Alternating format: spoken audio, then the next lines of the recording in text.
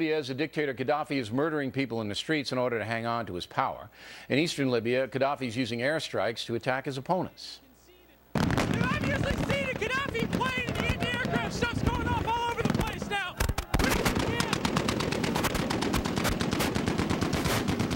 There went another RPG up. You can see it flying right down there. An incredible amount of firepower. Well, today, President Obama addressed the situation directly. The violence that's been taking place and perpetrated by the government in Libya is unacceptable. I want to send a very clear message to those who are around Colonel Qaddafi.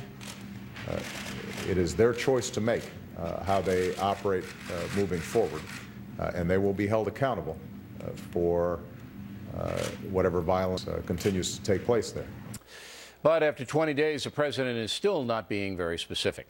Joining us now from Boca Grande, Florida, Fox News chief political analyst Brit Hume. So what should the president do, Brit, right now? Well, I think the first thing he should do is stop making sort of threatening statements without any sense of what he's going to do to back them up.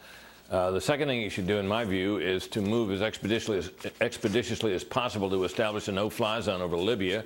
He should do that with the NATO allies if he can get them to go along soon, and he should do it with the United States power alone if necessary. I don't think it's as militarily complicated as some in the administration are making it sound. And let's remember this, Bill, and this is very important in the case of Libya. Colonel Qaddafi is many things, but brave isn't one of them. You may recall his response when Ronald Reagan bombed the area around his home. He wasn't heard from a long time. When the United States military forces were going into Iraq, he gave up his nuclear weapons. The man, I think, is certifiably a coward, and I think his response to any military intervention by the United States, particularly by a bomb attack to take out his anti-aircraft batteries, would have a salutary effect. Okay, but you're saying two different things now. You're saying no-fly zone, which means that American air power, NATO air power, would basically shoot down any Libyan plane. Now, you would think that wouldn't be commercial. They'll let commercial in, but any Libyan military plane.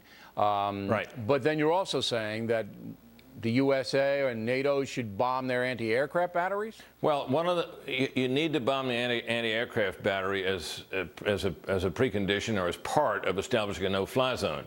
You don't want there to be any. You don't want to put your own aircraft in peril. Okay, but that's one of the first things you do. Is go and you knock out the anti-aircraft batteries, which Senator McCain, among others, have said are antiquated anyway and should not be too hard to neutralize. And then at that point, you begin your combat air patrols to keep Libyan military planes from attacking the resurgence. As soon as we start bombing anything, that Qaddafi will trot out the dead babies and look at America killing Libyan children. You know that's going to happen. And around the Arab world, it's just not worked out well for the USA, even when we try to do good things, as we did in the first Gulf War, removing Saddam from Kuwait and all of that. It just never works out in the Arab world, because the people who hate us use it against us. Well, I know, but the people who hate us and would use it, who would hold that against us, are going to hate us and hold it against us anyway. The Iraqis, particularly the Marsh Arabs in southern Iraq, what they held against us for the longest time was the fact that when they rose up against Saddam Hussein after the first Gulf War, the one that ejected Saddam's army out of Kuwait, we really didn't do anything to come to their rescue, and they were slaughtered. Right. And I think that's the kind of thing that would be held against us in this case. If these rebels, who were actually whose leaders are calling for us to establish a no-fly zone, see that happening, my sense is that they and those who sympathize them will be with us, and it appears today in the Middle East that such people are the wave of the future. Well, I agree with you. I'm playing devil's advocate here because I have to. It's my job. But I would establish the no-fly zone. I would have done it last week. You've got the U.S. warships in place. You've got the NATO bases that are certainly in striking distance. But I know, as soon as the United States starts dropping ordnance on Tripoli, on the batteries, that the Arab world is going to go crazy and Al-Qaeda is going to go nuts and all of that. So there is going to be unintended consequences. Now, why do you think the president is basically, I'm not going to use the word timid, but he's very tentative, that's the word, tentative, in engaging in this kind of activity? Well, I think, Bill, that he is innately cautious, and that's not a bad thing. And I think that that's reasonable. But I think what part of the problem here is that he's confronted by a situation which suggests, by its very nature, that George W. Bush was on the right track when he was a proponent of democracy as a solution to the problem of terrorism and trouble in the Middle East. Now you have these sort of pro-democracy movements springing up everywhere.